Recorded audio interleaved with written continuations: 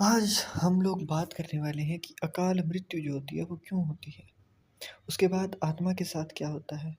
अकाल मृत्यु होती कैसे है, मतलब कौन सी चीज़ें होती हैं जिनको अकाल मृत्यु कहा जाता है। अकाल मृत्यु से बचने का मंत्र क्या है कि आप बच जाओ। ऐसा क्या तरीका है जिससे कि आप अकाल मृत्यु से बच जाएंगे।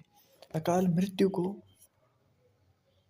पाप जो करते हैं उनसे क्यों जोड़ा जाता है। आत्महत्या को पाप क्यों माना जाता है। एक एक चीज़ के बारे में हम लोग बात करेंगे। तो पहली बात, अकाल मृत्यु कैसे होती है।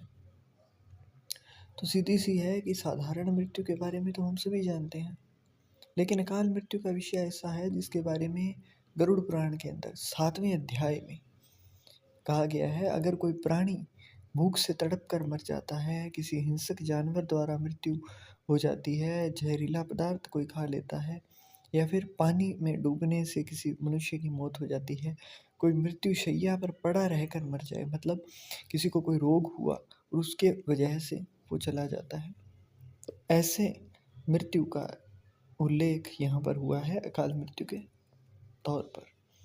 अब अकाल मृत्यु होती क्यों है, तो इसके अंदर क्या है कि इसका कारण कोई रोग हो सकता है, दुर्घटना हो सकती है ना। यही चीज़ समझते हैं सभी लोग, जिसकी मृत्यु वैसे तो नहीं होती परंतु हो गई। परंतु अकाल मृत्यु का कारण अनेक जन्मों में किए गए दुष्कर्म को बताया गया है गरुड़ पुराण में। जब गरुड़ जी ने श्रीहरि से प्रश्न पूछा ना कि जब वेदों में मनुष्य की उम्र को 100 साल निश्चित किया गया है तो उनकी अकाल मृत्यु क्यों हो जाती है। तो वहाँ पर श्रीहरि जवाब देते हैं कि मनुष्य की उम्र तो 100 साल ही है, परंतु उसमें दुष्कर्म को नहीं मिलाया गया है। यानी जब भी हर इंसान, मृत्यु तभी होगी अकाल मृत्यु जब उसके धर्म कार्यों के लिए वो सोचता ही नहीं है, वो करता ही नहीं है, फिर उसका शरीर उसे धर्म कार्य करने की इजाज़त नहीं देता है धीरे धीरे।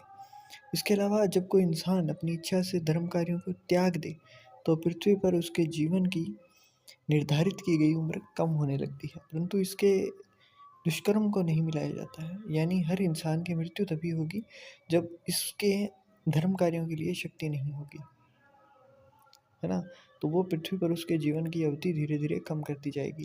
देखा जाए तो हर इंसान का धर्म होता है कि वो कर्म करे ऐसे, परंतु मनुष्य की जब मृत्यु होगी ना तो वहाँ पर ये चीज़ आपको देखने को मिलेगी ही मिलेगी।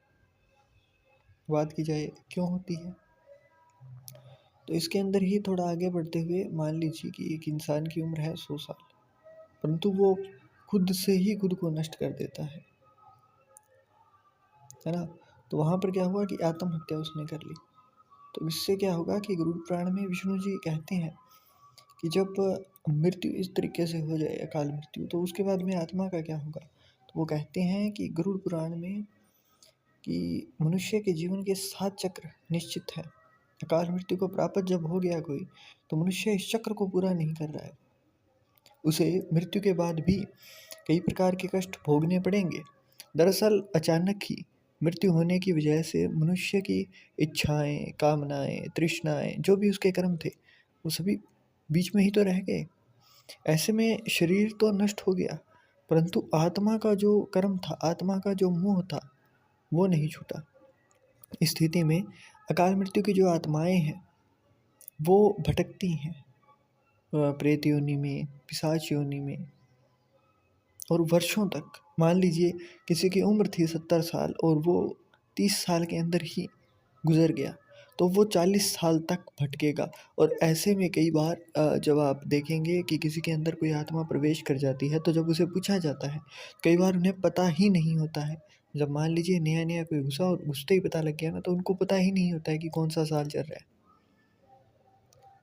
अगर हमारे भी परिवार में मान लीजिए किसी के कुछ ऐसा हो जाता है, तो मैं बताऊंगा कि एंड के अंदर मान लीजिए किसी ने आत्महत्या कर ली या फिर किसी की अकाल मृत्यु हो गई, तो उसके लिए क्या करना चाहिए उसका भी मैं एंड में बताऊंगा आपको, क्योंकि गरुड़ पुराण में इसका भी वर्णन है। और नॉर्मली क्या होगा कि जब कोई बंदा अपनी मृत्यु जाएगा तो वो 13 से 45 दिन के अंदर अंदर दूसरा शरीर उसको प्राप्त कर लेता है। तो वहाँ पर क्या होगा कि वो आत्मा प्रेत योनि से मुक्त हो जाएगी। अपने कर्म और अपने अगले जन्म के लिए यमलोक पहुंच जाती है। जबकि अकाल मृत्यु में व्यक्ति भूत प्रेत, कुष्मांडा, ब्रह्म राक्षस, बेताल, क्षत्रपाल, कई योनियां हैं जिनके अंदर भटकता रहता है। अब इस अकाल मृत्यु में भी आत्महत्या को सबसे नीचे रखा गया है। आत्महत्या करना पाप माना जाता है ना। भगवान विष्णु कहते हैं गरुड़ पुराण में कि इसे ईश्वर का निरादर है, अपमान कहा गया है। वो कहते हैं कि मनुष्य की आत्मा पृथ्वी लोक पर तब तक भटकती है जब तक प्रकृति जो निर्धारित समय है वो जीवन चक्र अपना पूरा न कर ले। उसके बाद में वो क्या होगा कि मृत्यु के बाद भी वो ना नर्क पहुंचेगा ना स्वर्ग पहुंचेगा, वो यहीं भटकता रहेगा। समझे। अब इसके बाद बात की जाए कि इससे बचें कैसे। तो अकाल मृत्यु से बचने के लिए श्री विष्णु जी कहते हैं कि मनुष्य को परिजनों के जो भी आपके गुजरे हैं उनके नदी या तालाब में तर्पण करना चाहिए। साथ ही मृत आत्मा की इच्छा की पूर्ति के लिए पिंड दान और दान जैसे सत्कर्म उनके लिए करने चाहिए कम से कम 3 से 4 वर्ष तक। जब भी आपसे हो सके दान पुण्य करना चाहिए उनके लिए। तब जाकर कहीं अकाल मृत्यु को प्राप्त जो मृत आत्मा है वो सही जगह पर पहुंच पाती है। और इसके साथ साथ ही कुछ और चीज़ें भी हैं, है ना, कि आप प्रार्थना करें तो उसमें आपकी प्रार्थना में भी वो शक्ति होती है कि वो किसी की आत्मा को शांति दे सके। तो ये कर सकते हैं। इसके साथ साथ कई बार इसके अंदर नारायण बलि का भी प्रावधान है।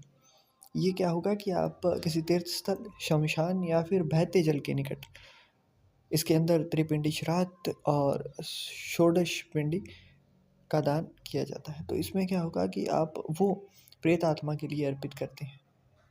उसके ऊपर भी मैं अलग से एक वीडियो बनाऊंगा जिसके अंदर आपको इस पूरे के पूरे चीज़ का अच्छे तरीके से खुलकर वर्णन किया जाएगा।